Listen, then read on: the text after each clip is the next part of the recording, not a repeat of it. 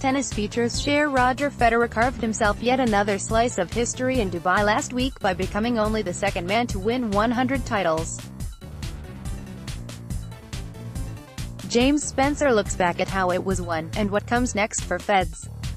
Swiss legend, Roger Federer, comfortably beat young Greek star, Stefanos Tsitsipas 6-4, 6-4 in straight sets to win an unprecedented 100th tour-level title. However, Federer's win in Dubai was not as straightforward as you may think.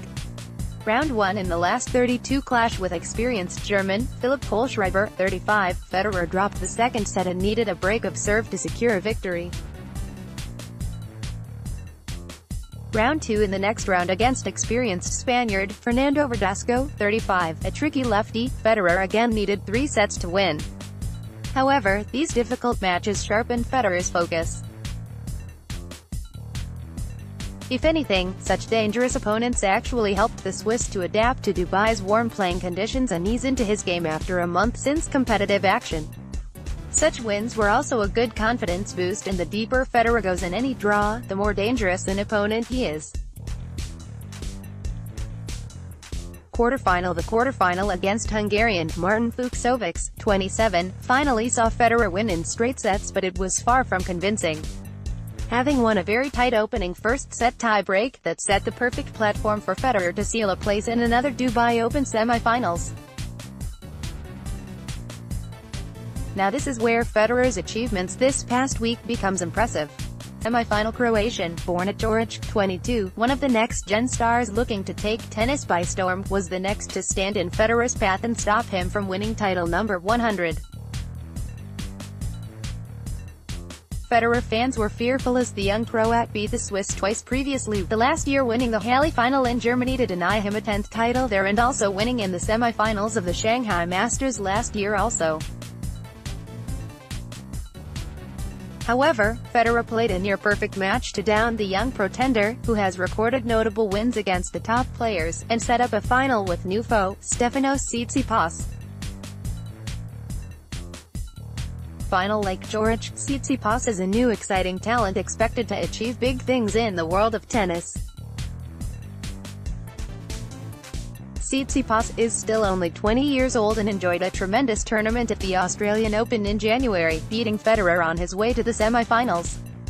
Considering he is 17 years younger than the Swiss and the fact that Federer, 37, outlasted him in straight sets, is testament to how good Federer is both technically and fitness-wise. Federer also seems hungry and motivated as ever. That defeat in Australia motivated him and he was determined to beat Tsitsipas to set the record straight. In that sense, Tsitsipas was the perfect opponent for a final where the stakes were high, and it almost seems fitting that Federer won his 100th title in such circumstances. A hard-fought triumph for me, that's why Federer deserves this 100th title, not only the caliber of players he beat and clusters of experienced and top young talent, but the sheer stakes against him. Image from Straits Times. People forget that he is 37 years old, but he is still playing marvelous tennis, and swatting young players aside. Even when he knows that they have recorded big victories against him, the likes of George and Tsitsipas, Federer has had the motivation and desire to beat them.